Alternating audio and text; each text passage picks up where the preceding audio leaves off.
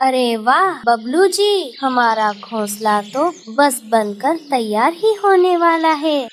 हाँ मीठी, मैं बहुत खुश हूँ और बच्चों के आने से पहले हमें यह घोंसला तैयार करना ही है। बरसात का मौसम आने वाला है, कभी भी बारिश शुरू हो सकती है। पास ही कम्मो बुआ अपने घोंसले में बैठी थी। अरे मीठी, तुम गर्भवती हो, इतनी मेहनत क्यों करती हो? बबलू को अकेले घोंसला बनाने दे। अरे बुआ जी, यह तो हम दोनों का काम है। मुझे अपना घर बनाने में अच्छा लगता है, बैठे बैठे मैं सुस्त हो जाती हूँ। तभी कालू कौवा और उसकी पत्नी गोरी वहाँ आ जाते हैं। अरे मीठी बबलू, जब तेरे अंडे होंगे तब मैं उन्हें नीचे गिरा दूंगा। हाँ, और फिर तेरे बच्चे इस दुनिया में आने से पहले ही ऊपर चले जाएंगे। बड़ा मजा आएगा। क्या तुम यह क्या कह रहे हो कालू भाई? ऐसा मत करना। अरे मीठी, तू इसकी बात पर ध्यान मत दे। यह तो एक नंबर का नालायक है, केवल दूसरों को परेशान करने के लिए ही ऐसी बात करता है। ए बदमाश, भाग यहाँ से, नहीं तो उठाऊं अपना डंडा। अगर तूने मीठी के अंडों को कुछ भी किया तो तेरी खैर नहीं।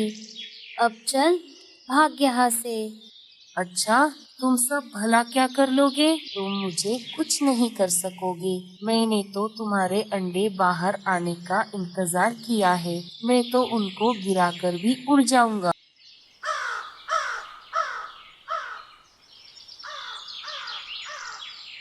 अरे मीठी, तू उदास मत हो और ऊपर वाले पर भरोसा रख, सब ठीक होगा। अपने अपमान से कालू और गोरी को बहुत गुस्सा आता है।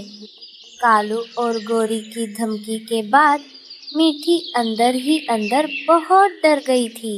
सुनिए जी, बदमाश कौवा और कौवी हमारे अंडे नहीं गिराएंगे ना?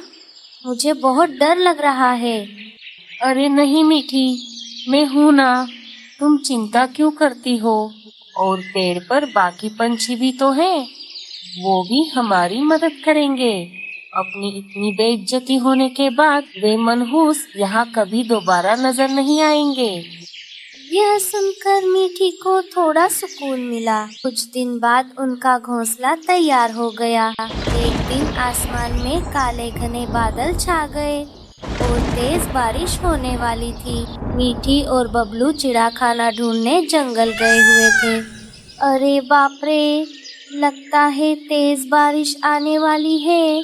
मीठी, चलो जल्दी से घर चलते हैं। उधर मौका पाकर कालू और गोरी उनके घोंसले के पास पहुंच गए। उस दिन इन दोनों ने सबके सामने मेरी इतनी बेइज्जती करवाई थी ना, अब मैं इनका यह मेहनत से बनाया हुआ घोंसला तोड़ देता हूँ। हाँ, और फिर यह मीठी अंडे कहाँ देगी? बहुत मजा आएगा। कालू ने घोंसला जमीन पर गिरा दिया।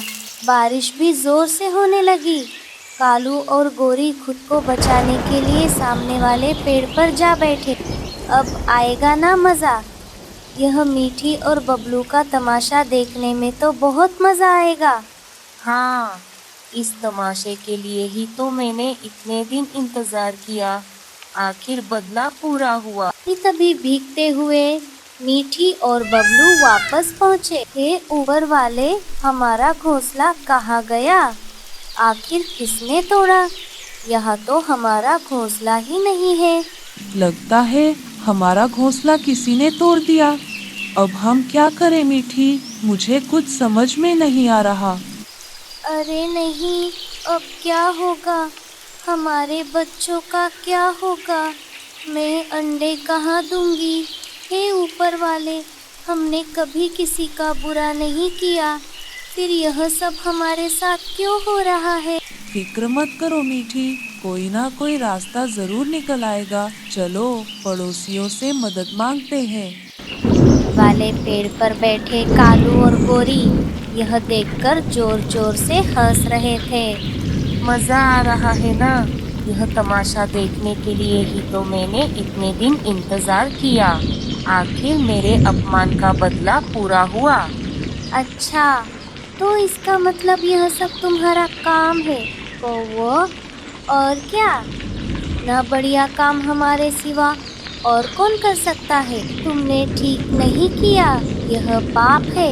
और देखना, जल्द ही तुम्हें तुम्हारे पापों की सजा मिलेगी। तेज बारिश और ठंड से कांपते हुए मीठी और बबलू चिड़ा कम्मो बुआ के घोंसले की तरफ जाते हैं। कम्मो बुआ, कालू ने बदले के लिए मेरा घर गिरा दिया। क्या मैं आपके घोंसले में अंडे दे सकती हूँ? मीठी, मेरे घोंसले में इतनी जगह कहाँ है, और मेरा घोंसला पहले से ही बहुत कमजोर है। मुझे माफ करना, कहीं और जाओ। मगर अब हम और कहाँ जाएंगे और किससे मदद मांगेंगे? वो मैं नहीं जानती, मगर यहाँ तो वाकई में कोई जगह नहीं। तुम खुद ही देख लो। कम्मो बुआ ने उनकी मदद नहीं की। तब वे उड़कर रानो चिड़िया के घोंसले की ओर जा। रानो खिड़की पर बैठी बारिश का मजा ले रही थी। रानो बहन, मेरी मदद करो, मैं अंडे देने वाली हूँ और मेरा घर टूट गया है। ओहो, यह तो बहुत बुरा हुआ, पर माफ करना, मेरे घर मेहमान आने वाले हैं। तुम यहाँ अंडे नहीं दे सकती। मगर इतनी बारिश में भला कौन आएगा? उससे तुम्हें क्या? रानो ने गुस्से में खिड़की बंद कर ली। यह क्या हो रहा है बबलू? इतना खराब मौसम है, हमारा घोंसला भी टूट गया, हर जगह पानी ही पानी है। ऐसे में मैं कहाँ अंडे दूंगी? मुझे कुछ समझ नहीं आ रहा मीठी, सबने हमारी मदद करने से मना कर दिया। मीठी ठंड से एकदम ठिठुर रही थी। अभी उन्हें एक आवाज सुनाई दी। मीठी बहन, बबलू भैया, आप यहाँ आ जाओ मेरे घर में। हरियाली तोती पेड़ के तने में रहती थी। उसकी आवाज़ सुनकर मीठी और बबलू बहुत खुश हुए और जल्दी से उसके घर के अंदर चले गए। तुम्हारा बहुत बहुत शुक्रिया हरियाली, जब किसी ने हमारी मदद नहीं की तब तुमने की, जबकि तुमसे तो हमारी कभी ज्यादा बात भी नहीं हुई। कोई बात नहीं भैया, मुसीबत के समय में एक दूसरे के काम आना चाहिए। मीठी बहन, तुम यहाँ अंडे दे दो, यह गर्म जगह है। मीठी ने वही हरियाली तोती के घर में अंडे दिए। आलू और गोरी को यह सब देखकर बहुत गुस्सा आया। अरे ओ हरियाली तोती, तुमने अच्छा नहीं किया इनकी मदद करके, याद रखना। कालू की आवाज़ सुनकर बबलू और हरियाली घर से बाहर झांकते हैं। तभी तेज बिजली कड़की और उसी डाल पर गिरी जिस पर कालू और गोरी का घोंसला था, और वे दोनों नीचे बहते पानी में गिर पड़े। बचाओ बचाओ, मैं डूब रहा हूँ, कोई तो बचाओ।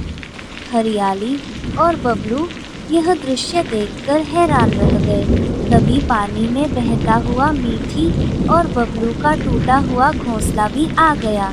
कालू और गोरी उसी का सहारा लेकर अपनी जान बचाते हैं। बाल बाल बचा, आज तो जान से गया था। देखा कालू, जिस घोंसले को तुमने गिराया था वही तुम्हारा सहारा बन गया। अपने कर्मों का नतीजा तुमने देख लिया। आज तो तुम्हें हमारे घोंसले ने बचा लिया, मगर फिर कभी हमारे पेड़ के आसपास मत दिखना। अगर दिखे तो अगली बार तुम्हें कोई नहीं बचाएगा। कालू और गोरी पानी में घोंसले का सहारा लेकर आगे बह गए। उन्हें अपनी गलती का एहसास हो गया। मीठी और बबलू ने हरियाली तोती का दिल से धन्यवाद किया।